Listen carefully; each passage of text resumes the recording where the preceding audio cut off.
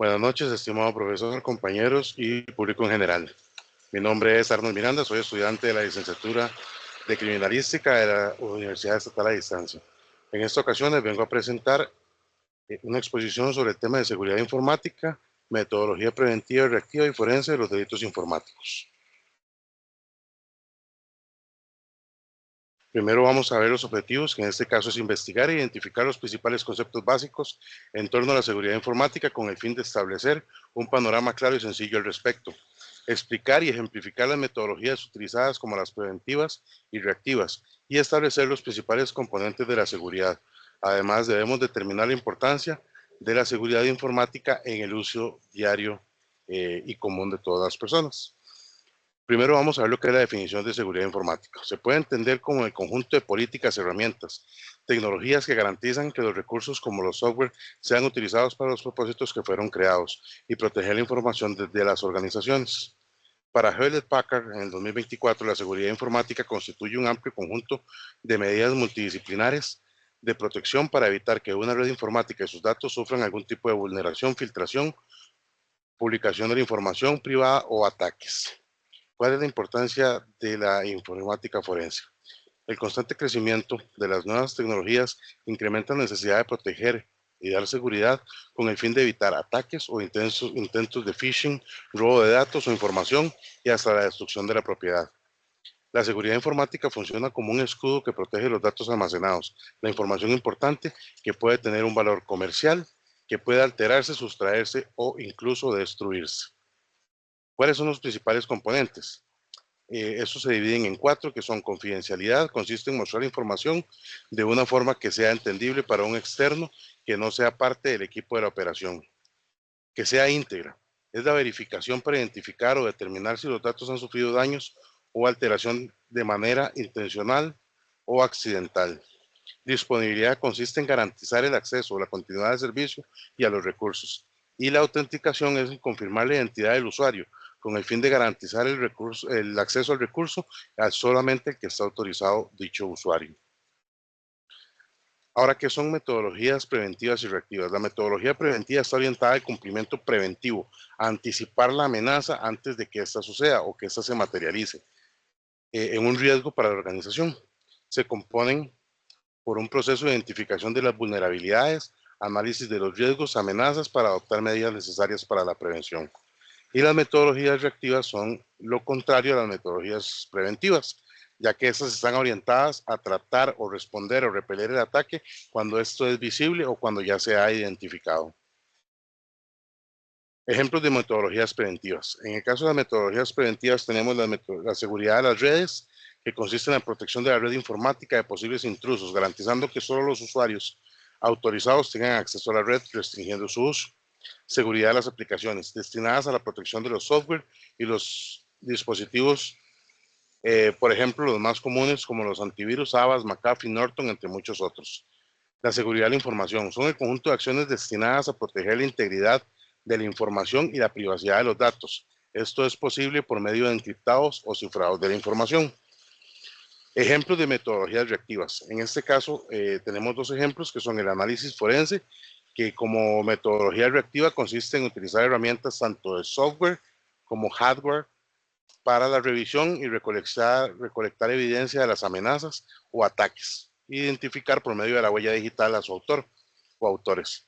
Recuperación de los datos. A partir de una amenaza o ataque se pueden hacer recuperaciones de la información borrada, modificada o alterada por el ataque ocasionado. ¿Qué es informática forense? Según el primer taller de investigación digital forense celebrado por expertos en el tema en el 2001, la informática forense consiste en el empleo de métodos científicos comprobables para preservar, validar, identificar, analizar, interpretar, documentar y presentar evidencias digitales procedentes de fuentes digitales con el propósito de hacer posible la reconstrucción de hechos considerados como delictivos o ayudar en la prevención de actos no autorizados. ¿Cuál es el proceso forense? El proceso forense se divide en cuatro partes: la identificación, la preservación, el análisis y la presentación. La identificación es aquella que busca evidenciar y examinar los sistemas para confirmar que efectivamente se está frente a una amenaza o un ataque contundente. La preservación en esta etapa consiste en garantizar que la información que se logró recopilar no sea destruida, alterada o modificada. Normalmente se realiza un backup o una copia de la información recopilada para analizar el análisis en este backup y no en la ubicación primaria. Análisis. Ya con información recopilada y confirmada y conservada, se pasa a la etapa más compleja o importante, que es la fase técnica, que es donde se emplean tanto elementos de hardware como software para el análisis de esta evidencia. Por último, la presentación. En esta etapa del proceso se realiza la entrega de los informes de los hallazgos realizados de la información recopilada. El informe técnico ofrece una precisión de técnicas, métodos empleados y así como los resultados obtenidos.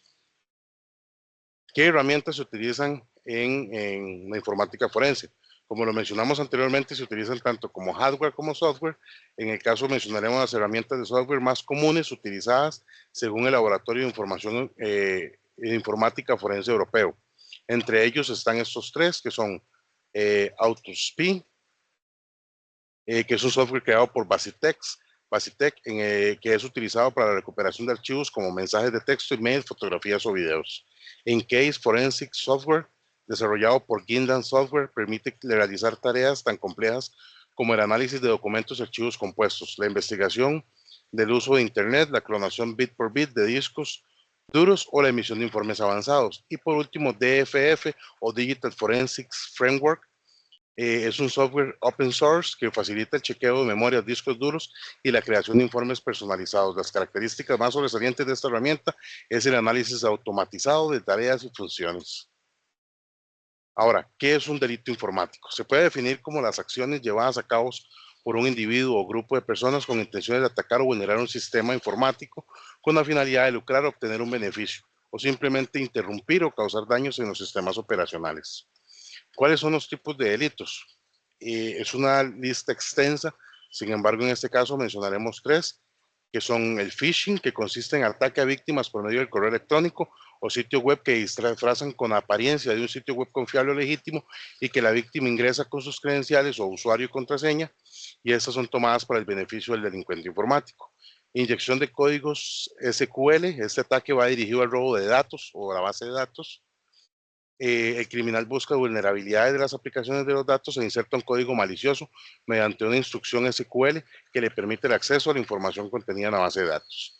Man in middle, en español significa el hombre del medio, y consiste en interceptar comunicaciones entre dos individuos con la finalidad de apropiarse de los datos. El sexting. Esta modalidad consiste en el intercambio de envío de material de contenido sexual de índole audiovisual que posteriormente es subido a plataformas de pornografía. Esta práctica es muy común entre jóvenes y adolescentes. Ejemplos de casos reales o casos reales. Quizás el más adecuado es desde mi experiencia, que comúnmente recibo correos electrónicos maliciosos como el phishing, que se hace pasar por uno de los bancos donde tengo cuentas y me dicen que mi cuenta ha sido bloqueada para que por motivos como que hay movimientos irregulares, para que yo ingrese con mis credenciales, en este caso mi usuario y mi contraseña, y cuando yo ingreso esto, ellos pueden apropiarse de esta información e ingresar a mi cuenta. Otro ejemplo ocurrido en nuestro país involucró a la compañía de telecomunicaciones Claro, que el 2 de febrero de este año 2024 confirmó que habían identificado la actividad anómala de uno de sus sistemas debido a un ransomware que afectó por varios días el servicio que brindan.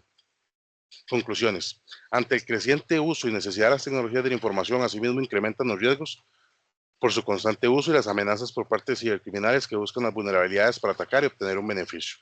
En este punto es de vital importancia conocer los métodos de estos criminales utilizan para emplear las medidas de prevención necesarias para no ser víctima de ellos.